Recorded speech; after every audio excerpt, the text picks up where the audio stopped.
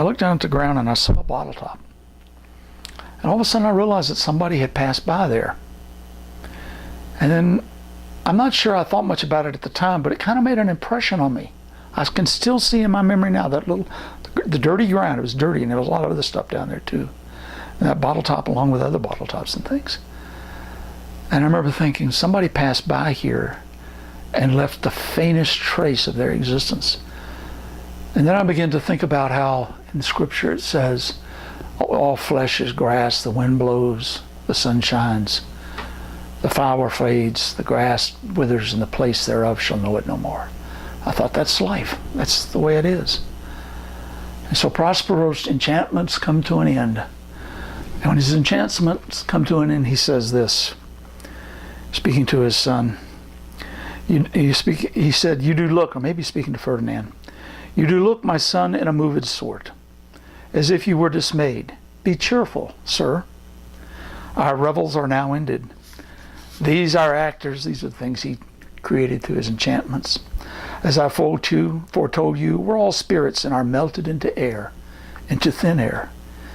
And like the baseless fabric of this vision, the cloud-capped towers, the gorgeous palaces, the solemn temples, the great globe itself, yea, all which it inherits shall dissolve, and like this unsubstantial pageant faded, leave not a rack behind.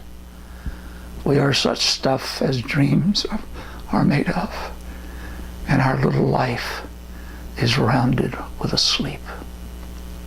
I thought, good grief. That's Shakespeare. That's The Tempest. We also read Antony and Cleopatra. Antony was a great warrior. He was the Caesar, emperor of the world. There's this passage in there that I'll never forget. He was a fabulous warrior. It says he ate the stale of the gilded puddle and drank the bark of trees. But then he falls in love with Cleopatra. And while he's over there making love with Cleopatra, Caesar begins to conquer his kingdom. And then there comes the day when they have the final battle between the forces of Caesar and the forces of Antony. And Antony should be out at the head of his troops as a great warrior. But no, he's with Cleopatra. And the battle is joined, and they're on the balcony. And he should have been out there. And he turns and he says to her, my kingdom for a kiss. And they kiss. His troops are defeated. Antony is killed by Caesar. And Cleopatra is conquered by Caesar. And then she kills herself by letting an asp, a serpent, bite her arm and poison her. And I thought to myself, you know, I could have been like Antony. I could have stayed on a little longer there with that young lady. And we could have had some happiness. And I know we would have destroyed each other. Would it have been worthwhile to stay on a few more weeks or months? Or did I want to save my neck and seek power the way Caesar did? I decided I was Caesar. I was more interested in saving my neck than in love.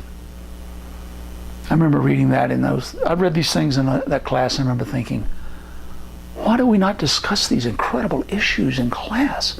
I don't know what we talked about in that class, but we didn't talk about that. So after that, this terrible darkness kind of began to gradually take hold of my soul. And I began to disintegrate. And it came time to graduate. And Ralph came up to see me one evening just before I graduated, and we took a walk down to one of the views. Swanee's on a mountain. You can look out over the mountain. It's very beautiful. I loved it. He said, I think some hard things are going to happen to us. I thought about it. And when he said it, he said some bad things are going to happen. When he said it, I knew it was true. So I began to enter into the darkness. Not long after that, I heard a song by Joan Baez. And every time we would play that song, I'd go see Ralph down in Nashville. Just before I graduated, we'd play that song. At my door the leaves are falling. A cold wild wind will come. Sweethearts walk by together, but I still miss someone. I go out on a party and look for a little fun, but I find a dark, dark corner, 'cause I still miss someone. So, after that, I essentially became a dead man. My professor told me that I could go to the University of Kansas. I got a scholarship. Well, I got a teaching assistantship at the University of Kansas in mathematics. My grades were really pretty poor, but in mathematics I had really high grades, and I scored as good on this national exam in mathematics, scored well rather. And I went there, and my professor wanted me to go there because they had a group theorist there by the name of Scott. He was a powerful group theorist. Group theory is a branch of mathematics. Group is a set, it's got 4 characteristics. So they put me in the group theory class, and after about 4 or 5 weeks, they told me just not worry about going to class, just read the book. And I said, fine. But I liked group theory, and I took topology and complex variables and real analysis and ring theory and all kinds of stuff, and started to get a PhD. And I'd been there for a while, and I met some young lady from Chicago. And I really loved her. She was Jewish. Her parents were from Russia. They fled the pogroms. She was incredibly intense. I don't think I'm capable of communicating what happened there. I think we really loved each other. But it's kind of hard for a dead man to love anybody, really. I remember we took this trip out west. I bought a car for like $600. I saved my money as a grad assistant, bought a car, and we drove all the way out to Seattle. Then we drove down the coast. The generator blew out on the coast down there. I didn't have any money to fix it with, just a little bit of money. I bought a fan belt that bypassed the generator. It was smaller than the one I should have used, but it hooked up to the drive shaft, so it would run the spark plugs, and it would run the coolant. And so, but we would park it on the hill at night and jump start it in the morning, and we drove all the way to Colorado, and the engine blew up, and she took a plane, and I said goodbye to her, and I hitchhiked back to Kansas. And that was a terrible experience. And then I started living like an animal, living in a hole. I think I'm going to have to skip over some of this stuff. It's so dreary and so horrible. Then I met another woman. I met her at a party up at the University of Nebraska. She was just very intense as well, incredibly beautiful, as was the young lady from Chicago. Just powerful woman, just powerful, blonde, blue-green eyes, full, statuesque, ferocious. We started dancing. As soon as we saw each other, we just started laughing. Had a friend with me named Frank McClanahan. Frank said, took her aside. He said to her, stay away from that guy. He's a heartbreaker. Well, that was like pouring gasoline on a fire. I went home, spent the night with her. 2 weeks later, she came down, spent the night with me there in Kansas. Then we went to see her parents out in Seattle. And then she moved down to Kansas for the next semester. She was an undergraduate. I was a grad student. We had wonderful times. Had some fights and everything. She told me she was pregnant, said I had to decide whether or not I was going to marry her or not. And if I decided I wasn't going to marry her and she was pregnant, she was never going to talk to me again. And if she wasn't pregnant, she was never talking to me again. If I said I wouldn't marry her, I said I wouldn't marry her, and we broke up. She wasn't pregnant. She was lying to me. And then my professor moved to Michigan State. But before that happened, he told me that I had to write a master's dissertation. By this time, I was living like a zombie. I was eating the same food every day: mackerel out of a can, bread, orange juice, beans out of a can. And that was that. That's all I ate, and bread every day. And I was dressed in rags, basically. And I slept on a mattress at the top of a hippie house. The whole drug culture was starting at this point. And I stayed away from the drugs for a while. Anyway, he said I had to get a master's degree. Well, I just didn't hardly have the energy for a master's degree. He said, what I want you to do is to read everything on the Reef product. I said, okay. And there were a number of articles on the wreath product. It was going to take me several months to read them all. So he gave me two, and I read the first one and half of the second one. Halfway through the second one, I got some ideas how I could create some new theorems. So I figured them out in about a week, wrote them up in about a month, and because they were original theorems, I got a master's degree with almost doing no work. So I got my master's, and then he got transferred, my major professor, to Michigan State. I went up there. I got a room in a little hippie house. I found a mattress on the side of the road. I dragged it down there. There was one chair. There was one light above me. It cost me $25 a month to rent this place. There was an open sewer over there in one corner. And I just lay there and did nothing but read, go to my classes, and come home. I was teaching, and that was that. I passed all my PhD exams. For, they give you these comprehensive examinations. I took those, passed those. And all I did was read and think. And I felt like a dead man. I was dead. And while I was reading, I read this book, which is one of the greatest, not the greatest book, but this is a good book. It's a great book. It's a fabulous book. I loved it. I loved it because it was so incredibly raw, but it terrified me as well. It's about a personality type. It's about an alienated, lost person who can feel nothing, because by this time the plate gas feeling had taken over my soul. All he can do is just barely get out of his bed in the morning. He has these terrible thoughts. He feels alienated. He's an outsider. Listen to the first line. In the air, on top of a tram, a girl is sitting. Her dress, lifted a little, blows out. But a block in the traffic separates us. The tram car glides away, fading like a nightmare. Just that same haunting feeling of longing. But this time, the disease is so deep that there's no way out. These people, these outsiders, have a disease of the mind. And the only way I could sort of get out of my mind in those days was through intense experience, like sex was intense experience. Or I'd go swim in freezing lakes late into the fall, or lie down by the railroad tracks. And then for a few minutes I could relax and feel like I was alive. But a lot of times when making love, I'd feel like my body was like an appendage to my mind. It felt like my existence was right here concentrated in my forehead, and all I did was think intensely about the things that I was reading or life in general, and ponder and think.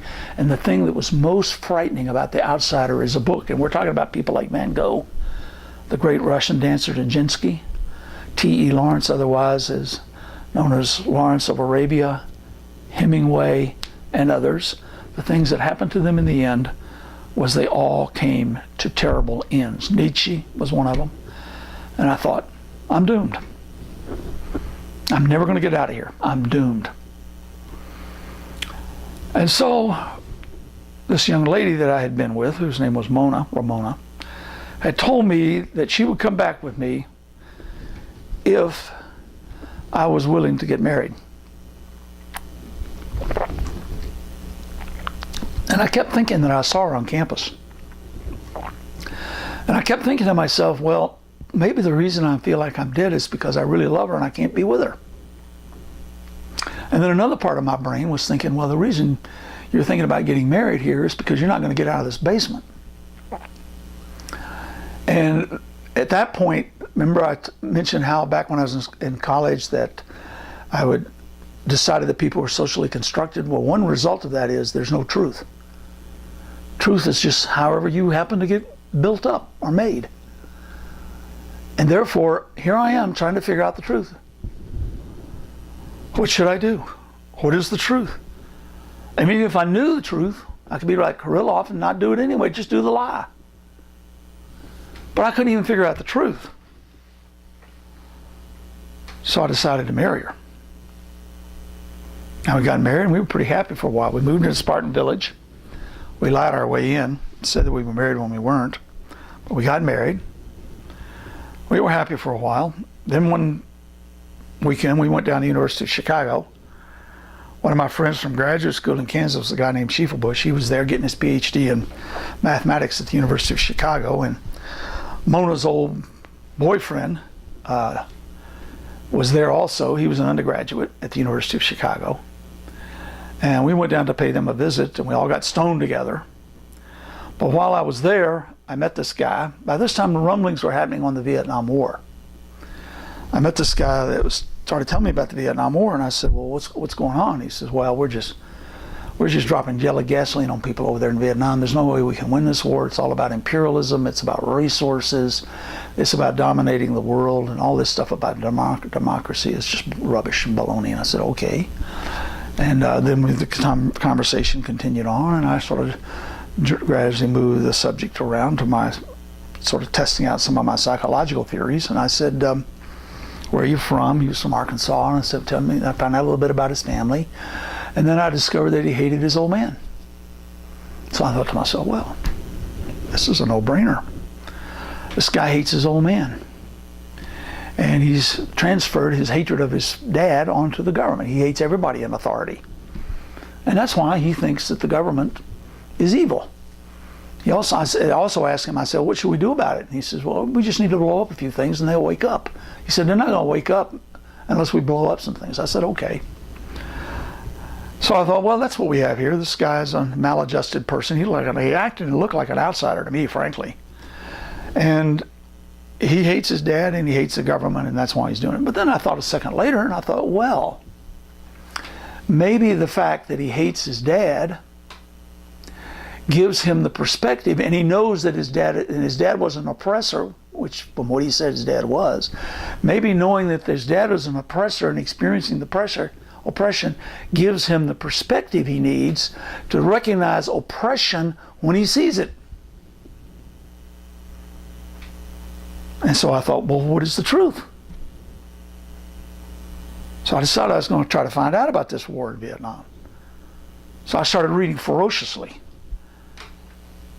I'd spend time in the daytime going to my classes. I'd hang out with Mona some, and then I'd start reading. I usually wouldn't go to bed till 2, 3, or 4 in the evening at night, and all I did was read books. I read all kinds of books, history of all kinds of history books about Southeast Asia. I read a bunch of Marxists. I read all kinds of people. I started reading the congressional report, and I discovered that they were lying to us. They were saying one thing in public and something completely different in Congress. I figured out that the government was lying, that the president was lying. Now, you can read about these things and just pass over them, or the horrors of these things, and some horrible things were happening in the world. Horrible things were happening. You can read about these horrible things, and they can enter into your soul and destroy you. And that's what happened to me. I'd be reading about how they were dropping jelly gasoline on women and children in these villages and everybody else in the village. I remember one time seeing this picture of this girl who'd been severely burned, like about an 8-year-old girl, sitting on the ground, all burned from the napalm. And the more I read it, the crazier I got. I got crazier and crazier. And then I decided I was going to do something about this. I also decided the war could not be won. It could only be won by practically bombing them into the Stone Age. And I thought, if they want to be communists, let them be communists. I also figured that a major reason for all this anti-communist rhetoric was fear of loss of possessions. Resources. That's really what it was about. And all this nonsense about democracy was nonsense. Now, I knew the communists were vicious. I'd read about them too. I knew if they could kill us, they would.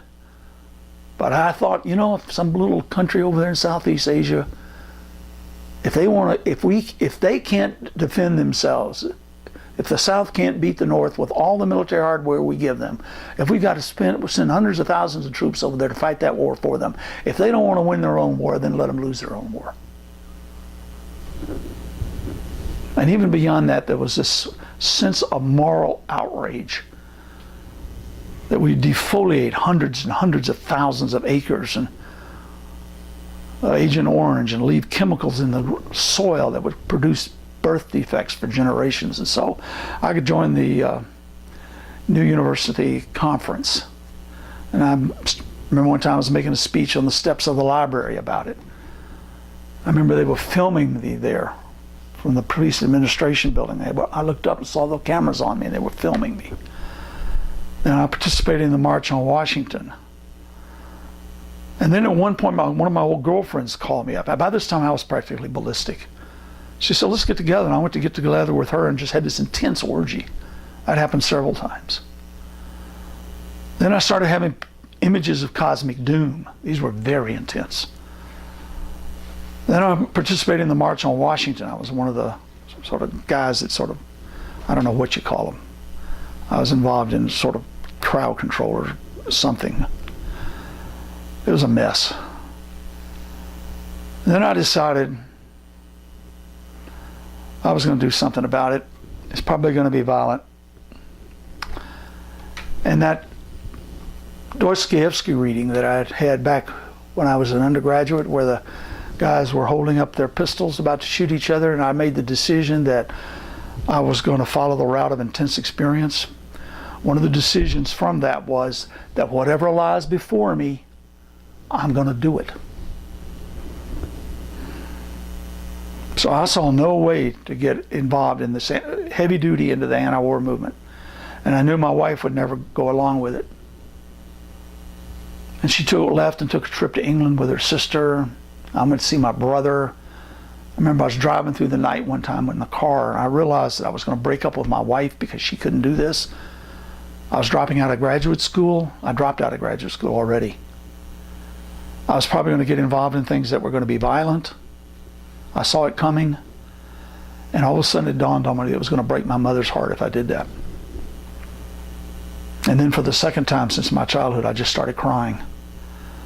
And all of a sudden I knew for the first time ever that my mother actually did love me. I don't know how I knew that. I did. Another time, at the same period of time, I hitchhiked around the West with my brother Richard, and we ended up in this little place. I kind of got sick, and I had this real intense dream. I was lying on the ground at night, sort of half sick, and I had this dream that I was connected. I had these ropes that went out into the world, and they connected to all of these strategic places. And I was thinking about how they connected and how all the things they were connected to fitted together. And I was pulling on the ropes, and I was trying to get it organized so that I could understand it and get it to go in a certain way. And just as I was just about got it figured out and was straining with all my strength to pull it into position, some little teeny thing would go wrong way out there on the edge of this thing, and then the effects would snowball and reverberate through the whole system, and it all fell apart. As I thought about that dream, I thought to myself, I will never figure out truth. I will never, and not only me, nobody. And not only that, we're never going to get this world together. It's just not going to happen. Some little thing over there that we had not foreseen is going to go wrong, and it's going to reverberate through the whole system, and it's going to crash. It just seemed obvious to me. It was just kind of sort of a dream that just kind of expressed what I'd been reading. It's just a corollary of history. Anyway, Mona came back, and we lay in bed for 3 days and fought and broke up, and we were in Boston. I was going to join this friend of mine who was there in Boston. I couldn't find him. I looked for him. He was his classmate at Swanee. He was involved in the movement. He said, come on, join me. We'll have the spring offensive. I couldn't find him. And I decided to go down to, I took Mona and left her off with a friend. I went on down to Florida just to say goodbye to Ralph, my best friend from Swanee. And when I got there, to my shock, I discovered that he had become a Christian. I knew something was a little different about him because before he had dropped out of graduate school, he'd created this band along with his brother, and they were going to create this transcendental sound, and they started getting a little crazy. But then when I called him up, he wasn't talking crazy stuff anymore. So I was really kind of surprised by that. And I got down there, and he had become a Christian. And he was involved in what they call the charismatic movement in the late 60s, late 69, 1969, early 70s. And he had seen miracles, and he started telling me about them. And he took me to see a friend of his, and she started talking about Jesus. And as she was talking, I could tell that she knew Jesus, and that he had spoken to her, and that he was utterly real to her. And as she was talking, I felt like something pierced in my chest. And I thought, this is possible. There really may be a Jesus. He may be real. And then Ralph kept talking to me about this kind of stuff, and then I got to thinking, I thought about the Logos and the Incarnation and all this philosophical stuff that he'd figured out over the years, and I was listening to him and thinking about it, and I decided, you know what? I made a promise after I read Dostoevsky that whatever lay in front of me, I was going to do. Now this is this new thing in front of me, and I'm going to do it. Now, it may not last more than a couple days, and if that's fine, fine. I'll go back to where I was before. So I made 2 prayers. The first one was, Jesus, if you're real, please reveal yourself to me. And the second one was, God, if you exist, please help me to do something about this mess we're living in. Or please do something about it. Because that's kind of why I quit believing in God in the first place, after reading about the little boy in the privy.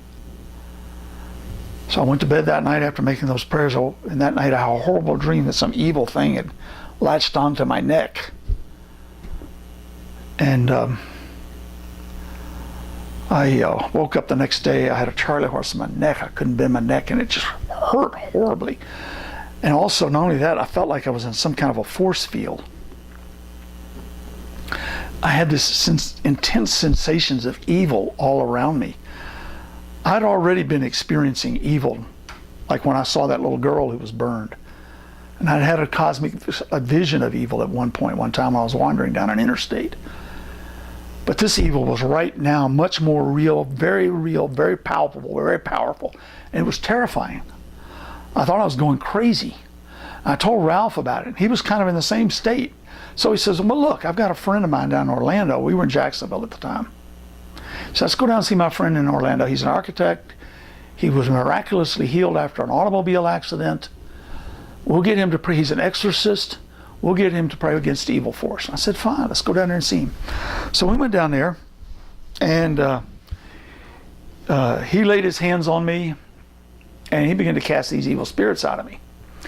And as he cast them out, I could sort of see them flipping off to my left, little guys, little goblin-like creatures, sort of bouncing away.